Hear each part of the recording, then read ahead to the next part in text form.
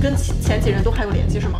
我跟韩可也不一定会有结果呀。你平时在人前的形象都是假的。我现在没有喜欢的女生。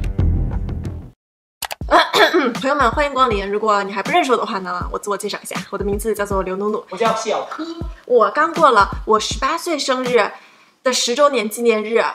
是1周年纪念日。行，我谈了一场年下恋。在我生日当天呢，我们2个做了一次 Q&A， 这些问题呢就都是我从 ins 啊、YouTube、微博、B 站上面收集来的。我们在看这些问题的时候，就会发现这些问题其实我们2个都经历过嘛，对吧？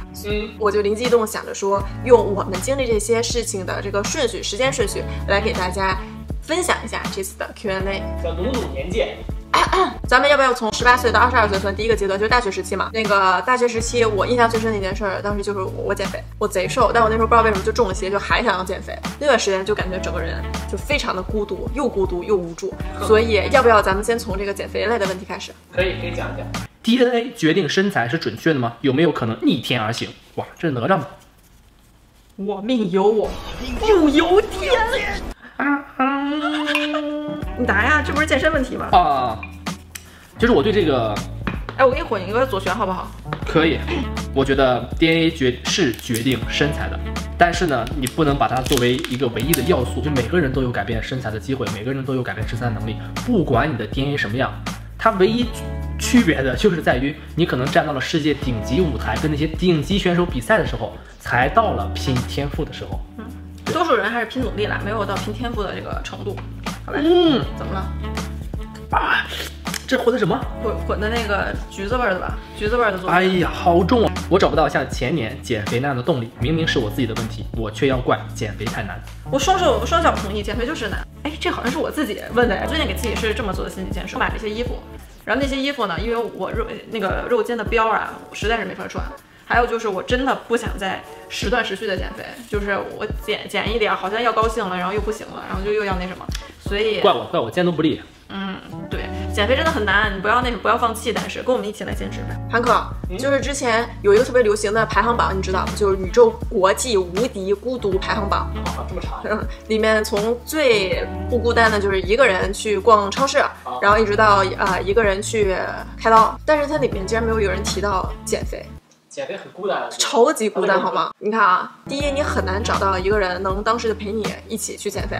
第二就是，第二个是什么来着？第二就是减肥期间是不能随便吃饭的嘛。可是无论你是在上班还是在上学，就是吃饭是咱们平时最常见，然后最普通的一种社交方式了。对。那平时如果人家叫你去吃饭了，你自己难受，你看着吃不着。但是如果人家不叫你的话呢，你会自己心里难受。有个那么几次，人家就有活动就不叫你了嘛。你被孤立了，说的就是自己的边缘化。其实人家也不是故意去孤立你，人家也是怕你去了之后难受嘛，互相难受。对啊，但是这个在那个时间，尤其是减肥本身就是一种类似苦行僧的生活，那个时候就更容易觉得内心非常的孤单。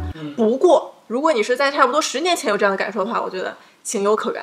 但朋友们，现在已经是2020年了，连互联网都已经长出小翅膀了。你一旦有类似这样的情况，你第一可以去这种健身类型的视频底下去互动，对不对？然后呢，要不然你就也可以去这种那个健身类型的 app 里面去参加人家社群活动，就有很多的方式。所以现在呢，如果你有这样的情况呢，千万不要担心，你自己绝对不是一个人。减肥的问题差不多就是这样。这个韩可，你大学4年印象最深刻的是什么？打篮球啊。不是女朋友吗？打篮球啊！正好当着大家的面，大学交过几个女朋友呀？要不咱说一下大学最重要的事儿吧，就是毕业后考研还是出国的问题，可以吗？还有工作或者工作。先读研再工作，还是先工作再读研？因为我有过这个时期啊，所以说我还是有一点点这种发言权的。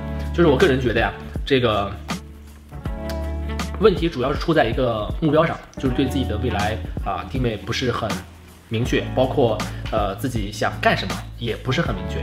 比如说像我可能我在大学的时候，我在大1的时候我就已经定好了我要毕业之后出国读研，就是一直是我4年以来的目标。所以说我在大4毕业之后，阴差阳错居然先工作上了，也没有读研，这就是命运。我跟你讲，就是你知道，就很难讲。但是呢，当我工作之后，我突然发现，你想读研？我想读研。我要去见识一下更广阔的这个世界。如果你真的就知道你这辈子想干什么，我建议你先去试一试。你假如学工商管理好了，工商管理也有很多，哪有那么多工商让你管理啊？你能在工作过程中，首先能验证喜不喜欢，第二就是知道你自己是不是在某一方向真的是还需要深造，因为本科的这个学的东西毕竟相对来说是比较基础的。但是如果你跟我一样，当初并没有很确定自己这辈子就想从事的一个职业的话，我建议是可以先读个研。然后我有一条这个，如果有条时光隧道让我回到高3的话，我会去做一件事情，来北京找我啊。影响我高考。工作上的迷茫期怎么度过？是去大城市开阔视野好呢，还是在自己家乡三四线城市来发展？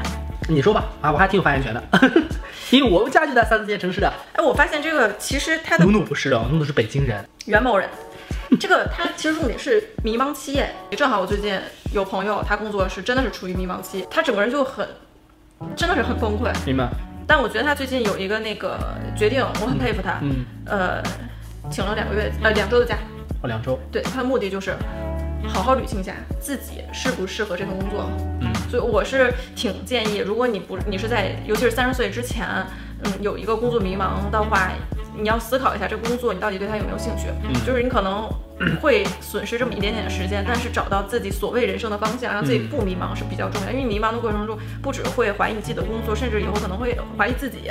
怀疑自己，你又心情又不好又郁闷，你就陷在这个漩涡里面。那你来回答3、4线城市好了。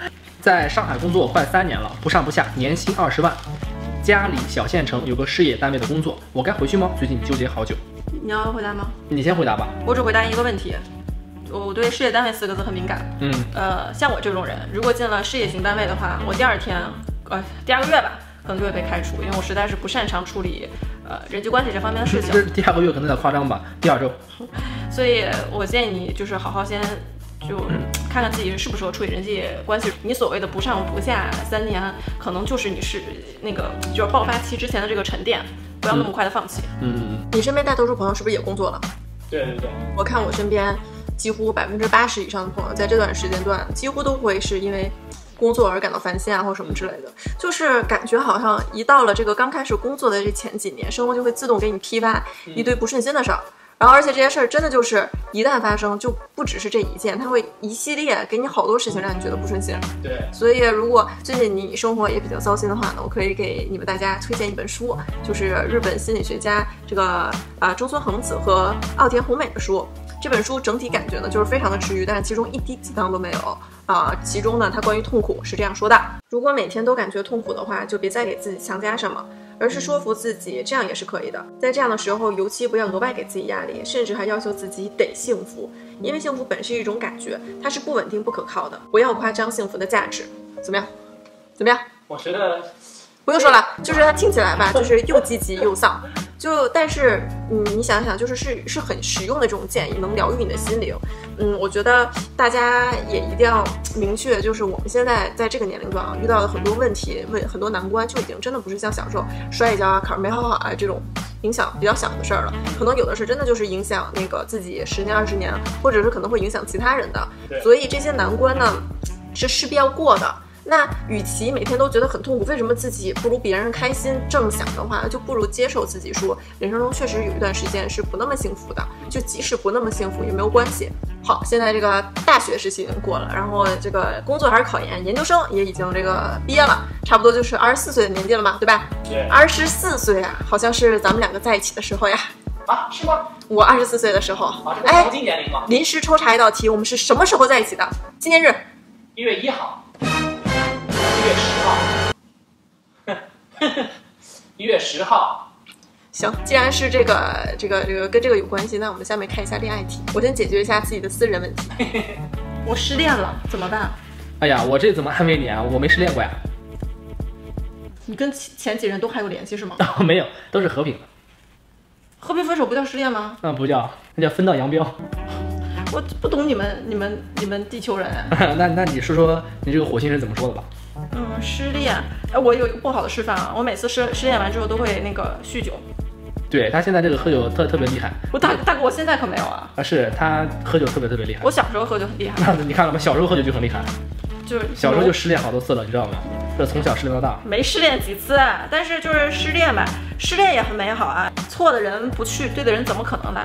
对不对？是这样。他得让地儿，让错的人 go away。但同时，就是如果你们两个本身真的很合适，但是可能因为彼此不成熟分开了的话，那真的就是要反思一下，在这段关系中，你们两个到底是因为什么原因？这个原因是不是可以避免的？这样才能为你接下来的这个恋爱，以后能修成正果来那个什么做好基石吧。喜欢一个女生，但是注定不会有结果，很难受。干嘛看我呀？我现在没有喜欢的女生，我没有啊，我没有额外的。注定不会有结果，不会有结果不是很正常的事儿吗？我跟韩可也不一定会有结果呀。你看了吗？这多狠的一句话！就真的，录完这个视频你可能就完蛋了。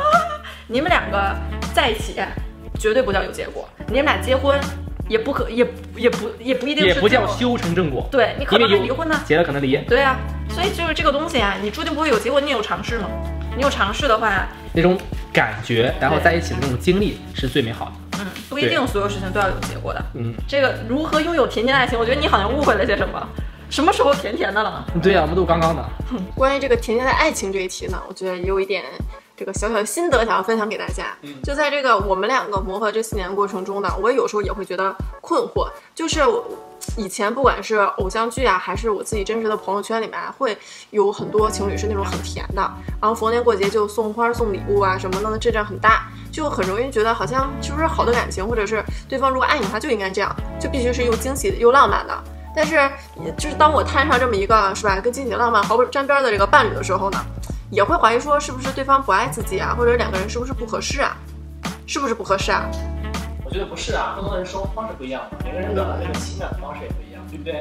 不能按照别人的想法来定义这个什么。你是在给我洗脑吧？其实，但是道理确实是这样，就是因为每个人都不一样，每一对的相处方式都是不一样的，所以你千万不要因为自己的相处方式跟市面上广泛被传播的那种方式不一样，就会觉得自己错了。市面上传播的肯定都是那种冲击力较大的，可这不意味着冲击力较大，对，它花费也挺大，但这不意味着说。那种就才是真正所谓的正确的方式，而且你看，像我刚才已经说了，他是一个毫不惊喜浪漫的人，我们两个是连纪念日，然后什么那个生日这种节、情人节都不过的，都不过的。但是啊，即使是这样的话呢，还是会有人在那个评论里面就给我们留言说啊，觉得你们俩好甜啊。所以偶尔可能会我们两个有一些瞬间被记录下来，然后被大家看到，就觉得我们俩很甜，但是它就肯定不是我们生活的全部。所以呢，千万不要被别人的片段化的生活所影响。另外就是你不是别人，你就是你自己，所以不要因为别人的生活方式而影响自己，或者是想要用别人的生活来定义你自己的生活。你本来就是独一无二的。韩可，你有什么那个要分享的吗？就是关于那个谈恋爱这方面心得。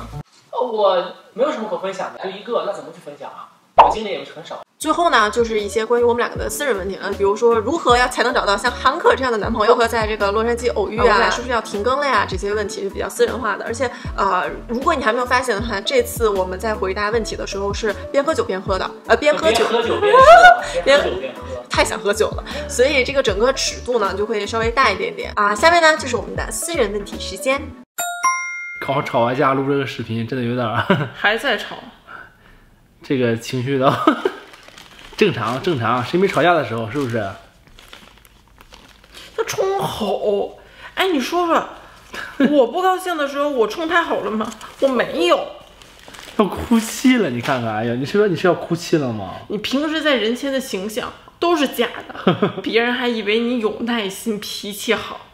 我脾气挺差，大家知道个屁。你和韩可怎么督促彼此认真训练的？毕竟情侣在一起会多吃好多好吃的。不存在的啊，不存在。我觉得在国内容易这样，一起会吃很多好吃的。对，但是大家有所不知啊。我们那个住的呀，离华人区特别远，就这种中餐厅啊，几乎就是少见。我们要开车可能要开半小时、40分钟、50分钟才能找到一家中餐厅，就比较好吃的啊。下一个我来吧。哎，但是那个彼此督促认真训练的。其中有一个要点就是2个人吧，有一个必须得认真努力的训练，就不能2个人都是散打连连晒网，只要有一个在训练，那对另外一个就是无形的一种激励，因为他看着你每天在进步，他难受啊。哎，你成天在进步，我这在堕落，不行啊，那我得让你一起不训练，你也得堕落。开玩笑啊。怎么这么暗黑呀、你哼，这也太简单了。你比小可高吗？没有，我比他矮一点儿。这谁问的？ Literally， 这是侮辱我的。来，你冷静冷静，回答道题，我来喝一杯。因为我看起来体积很好，像1.8米，所以大家以为你也1.8米。我真的觉得这个问题，怎么了？想知道怎么找到像小可这样的男朋友啊？是真的吗？我真是受不了，我要喝一杯。哎呀，我现在想这个问题是，哎呀，这个问题很难回答呀。我没法回答，因为真的很难。不是我找的小可，是他找的我呀，是吧？我忘记了。可能是当时来，让我们现在 call out 给我的同学托尼，是谁？是那个理发托尼吗？不是，还有我的前室友王大明白。缘分，我跟你讲，而且你不要想找到一个什么样的男朋友，通常情况下，大家就都是你想要什么样，就是你不想要什么样，反而找到一个什么样的。啊，你是什么意思呢？这是？很多人都是这样，就比如说你也是这样的吗？哎。没有啊，我就觉得你跟我理想中一模一样。啊，明白了，我觉得也是这样的。在 LA 生活该怎么样偶遇你们？哎呀，这个健身房可能是一个比较好的去处，但是具体哪个健身房呢？我们有好几个健身房。我们有好几个健身房，你怎么你？啊，我们有好几个健身房的 membership。我靠，我差点以为自己找了一个富二代啊。企业家还有一些这个，比如说周六周末啊，一些这个中餐馆，因为这个中餐馆也不确定啊，可能会碰上。比如说喜欢吃面食啊，对，比如说这种大饼啊之类的，可能会这样。肉夹馍之类的。对啊，对西安的面食。哎，这个问题呀问得好，怎么样才能找到像努努这样的女朋友呢？好，那我得把我那个再找出来。不用，我觉得他俩可以在一起。啊，那你俩在一块儿吧。